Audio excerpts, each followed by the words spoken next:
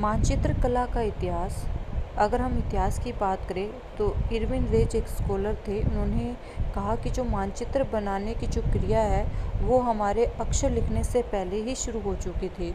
अगर हम सिंधु सभ्यता की बात करें तो सिंधु सभ्यता में लिपि का विकास हो चुका था और उस समय के जो लोग थे वो मानचित्र कला को बहुत अच्छे से जानते थे।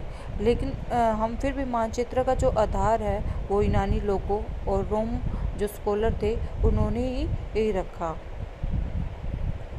अगर हम मानचित्र कला के इतिहास की बात करें तो जो सिंधु सभ्यता के काल के समय जो मानचित्र बनाए जाते थे वो भोजपत्र तथा कपड़ों पर बनाए जाते थे और ये जो भोजपत्र और कपड़े हैं वो समय के साथ ज़मीन में दबते रहे और डिकम्पोज होते रहे, जिससे आज प्रेजेंट टाइम में उनका हमें कोई प्रमाण नहीं मिलता।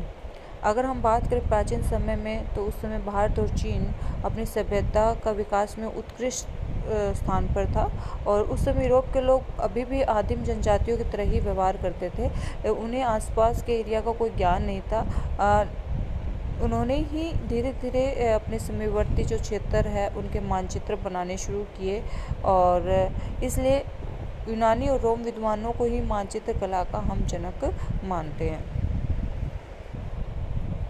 अगर हम मानचित्र कला के इतिहास की बात करें तो हम इसको 3 भागों में डिवाइड करते हैं। पहला है प्राचीन काल जो 400 ईस्वी से पहले का हम मानते हैं, मध्यकाल 400 से 1700 ईस्वी के समय को मानते हैं और आधुनिक काल 1700 से अब तक का जो समय है वो आधुनिक काल में शामिल करते हैं। मानचित्र कला का जो प्राचीन काल है उसमें हम सबसे पहले प्राचीन आदिम मानचित्र कला को शामिल करते हैं। संसार में विभिन्न स्थानों पर बहुत से कुछ आदिम जनजातियां रहते हैं, जैसे आर्कटिक प्रदेश में जो एस्किमो रहते हैं, प्रशांत महासागर के द्वीप में पोलिनेशियाई रहते हैं, अरब मरुस्थल में बद्दू रहते हैं, भारत के बंजारे हैं। उन्होंने अपने अपने समय में समय समय पर अपने निवास क्षेत्र जिस एरिया में वो रहते थे उनके उन्होंने रेखा चित्र बनाए और वो रेखा चित्र उन्होंने लकड़ी की तख्त पर तथा पशुओं की खाल पर बनाए। अगर हम बात करें प्राचीन समय में दक्षिण पूर्वी एशिया, पश्चिमी एशिया, पूर्वी भूमध्य सागर के जो तटीय भागों के जो मूल निवासी हैं उन्होंने अपने अपने समय पर अलग अलग क्षेत्रों के रेखा चित्र बनाए। यहाँ पर हम 1 बाय 1 हम एक्सप्लेन करेंगे। जैसे मार्शल द्वीपवासियों के समुद्री चार्ट। अगर हम बात करें आदि मानचित्र में प्रशांत महासागर के मार्शल द्वीपवासियों द्वारा बनाए गए जल यात्रा चार्ट का विशेष स्थान रखते हैं और ये जो मानचित्र है वो ताड़ के पेड़ के मध्य सिरा और कवच से निर्मित ये थे और इनका प्रयोग लगभग 19वीं शताब्दी तक होता रहा है। अगर हम इन चार्ट को देखें तो ये काफ़ी जटिल दिखते हैं लेकिन फिर भी उनको भली भांति हम समझ सकते हैं। जो आदिम जनजातियों द्वारा निर्मित जो रेखा चार्ट है, रेखा चित्र है, वो सदैव सरल नहीं रहे हैं, वो थोड़े से जटिल रहे हैं। यहाँ पर इस तरह के जो मानचित्र है वो मार्शल द्वीप के जो लोग निवास करते थे उनके द्वारा बनाया गया है। ताड़ के पत्तों के मध्य सिरा तथा कवच से बनाया हुआ ये मानचित्र है। फिर है आर्कटिक क्षेत्र में जो एस्किमो है उनके द्वारा जो मानचित्र बनाए गए हैं उनको एस्किमो मानचित्र कहते हैं और ये लोग मानचित्र की कला में बहुत ज़्यादा निपुण थे। अगर हम एस्किमो के एरिया की बात करें तो अलास्का, कनाडा, बैफिन द्वीप, ग्रीनलैंड के जो हिमाचित भाग है उनमें ये निवास करते हैं। ये लोग ज़्यादा पढ़े लिखे नहीं हैं लेकिन फिर भी उन्होंने काफ़ी बड़े एरिया का मानचित्र वो बड़ी आसानी से बना लेते हैं। ये जो मानचित्र है वो एस्किमो द्वारा बनाए गए मानचित्र हैं।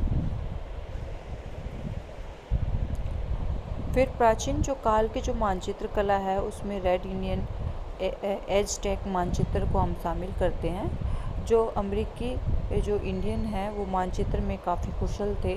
इनके मानचित्र दिखने में थोड़े से भद्दे थे लेकिन अगर हम कंपेयर करें एस्किमो के मानचित्र के साथ तो उस श्रेणी में नहीं रख सकते। एज़टेक द्वारा जो मानचित्र बनाए गए हैं वो बहुत रुचिकर है और हमें ये पर्याप्त संख्या में हमें आज भी उपलब्ध है। अगर हम एस्किमो के मानचित्र की बात करें तो वो अलग अलग तरह के विवरण प्रस्तुत करते हैं। और जो एज़टेक मानचित्र है वहाँ पर ऐतिहासिक घटनाओं का चित्रण अधिक प्रस्तुत किया है। एस्किमो जो स्थलाकृतिक विवरणों को ज़्यादा वर्णित कर रहे थे। और इन मानचित्र में हम बात करें जैसे नदियाँ हैं, मैदान है, वन है, मार्ग है, मंदिर है, ये बड़ी आसानी से हम इन मानचित्र में देख सकते हैं। फिर है बेबीलोन मानचित्र। अगर हम बात करें, आज भी ये जो मानचित्र है वो हार्वर्ड यूनिवर्सिटी के स्माइटी संग्रहालय में आज भी रखा हुआ है। और ये मानचित्र है वो अग्नि से पकी हुई मिट्टी की टिक्की पर बनाया गया है। अगर हम बात करें, ये लगभग 4500 वर्ष पुराना है और आज तक का ये सबसे पुराना मानचित्र हम मानते हैं। और इसकी जो अगर लंबाई की बात करें तो 8 सेंटीमीटर लंबा है और 7 सेंटीमीटर ये आयताकार ये मिट्टी की टिक्की पर अंकित किया गया है। अगर हम बात करें, यहाँ पर कुछ पहाड़ी क्षेत्रों को दिखाया गया, लगभग 2 पर्वत श्रेणियाँ दिखाई गई और मध्य में एक नदी दिखाई गई है इस मानचित्र में। और वो नदी फरात नदी हम मानते हैं उस नदी को। मानचित्र के दक्षिण भाग में झील और समुद्र दिखाए गए हैं और जिसमें फरात तो जो नदी है वो गिरती है। मानचित्र में अगर हम बात करें, उत्तर, पूर्व और पश्चिम दिशाएं अंकित की गई है। ये उस समय का प्राचीनतम हम बात करें माना जाता है, संसार का प्राचीनतम बेबीलोन मानचित्र है जो इस तरह का है। यहाँ पर जो माउंटेन श्रेणियाँ 2 दिखाई गई है, बीच में रिवर्स दिखाई गई है जो फरात रिवर है। अगर हम डायरेक्शन की बात करें तो यहाँ पर 3 ही डायरेक्शन, नॉर्थ, वेस्ट और ईस्ट डायरेक्शन दिखाई गई है। अगर हम बात करें मिस्री जो मानचित्र है जिसे इजिप्टियन मैप्स कह देते हैं, अगर हम बात करें, ये जो मानचित्र है वो कर रोपण के उद्देश्य से बनाया गया। बहुत सावधानी से भूमि को मापा और अंकित किया गया है और सर्वे के थ्रू मानचित्र बनाए गए। अगर हम माने कि सर्वप्रथम नील नदी की घाटी और डेल्टा में ही ये सर्वे का कार्य शुरू किया गया। फिर बात करते हैं ग्रीक मानचित्र कला। अगर हम बात करें, ग्रीक जो स्कॉलर थे उनकी मानचित्र कला में अद्वितीय योगदान रहा है। जो यूनानी लोग ही थे जिन्होंने सर्वप्रथम पृथ्वी के आकार, उसकी आकृति की बात की है। पृथ्वी के भूमध्य रेखा, उष्णकटिबंध ध्रुवों की स्थिति को बताया है। अक्षांश देशांतर जो प्रणाली है उनका विकास किया है। प्रोजेक्शन की रचना की शुरुआत यूनानी लोगों द्वारा की गई है। ये बहुत ही महत्वपूर्ण कार्य है किसी मानचित्र को बनाने के लिए। और अगर हम बात करें, ईसा से 600 वर्ष पूर्व से ईसा के 300 वर्ष पश्चात की जो अवधि है वो मानचित्र कला में यूँ कहते हैं कि सिर्फ जितना मानचित्र कला का इस समय में विकास हुआ है उसके काफ़ी समय तक उतना विकास हमने नहीं देखा। एनेक्सीमैंडर, अगर हम एनेक्सीमैंडर की बात करें तो ये यूनानी स्कॉलर रहे हैं और मिल्टस एरिया के रहने वाले थे। उन्होंने अपने एरिया का काफ़ी भौगोलिक अध्ययन किया है। अगर हम एनेक्सीमैंडर की बात करें तो उन्होंने अपने समय के ज्ञात संसार के मानचित्र को बनाया। उस संसार के जो मानचित्र में भूमध्य सागर के जो तटवर्ती क्षेत्र है, दक्षिण एशिया के कुछ भागों को दिखाया है। फिर बात करते हैं हिक्टियस ने अपनी पुस्तक पीरियडिस, उन्होंने एक पुस्तक लिखी। और अगर हम हिक्टियस की बात करें तो ये मिल्टस के ही रहने वाले हैं। उन्होंने पृथ्वी को अपनी बुक में डिस्क्राइब किया है कि पृथ्वी एक चपटी और तस्तरी के समान वृत्ताकार उन्होंने बताया है। और उन्होंने ग्रीस को पृथ्वी के सेंटर में स्थित बताया है और पृथ्वी के चारों तरफ महासागर की एक बेल्ट की उसने कल्पना की है।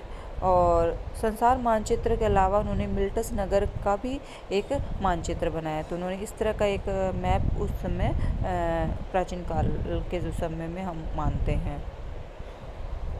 हेरोडोटस की बात करें, यह भी यूनानी स्कॉलर रहे हैं। ये ज्योग्राफर के साथ हिस्टोरियन भी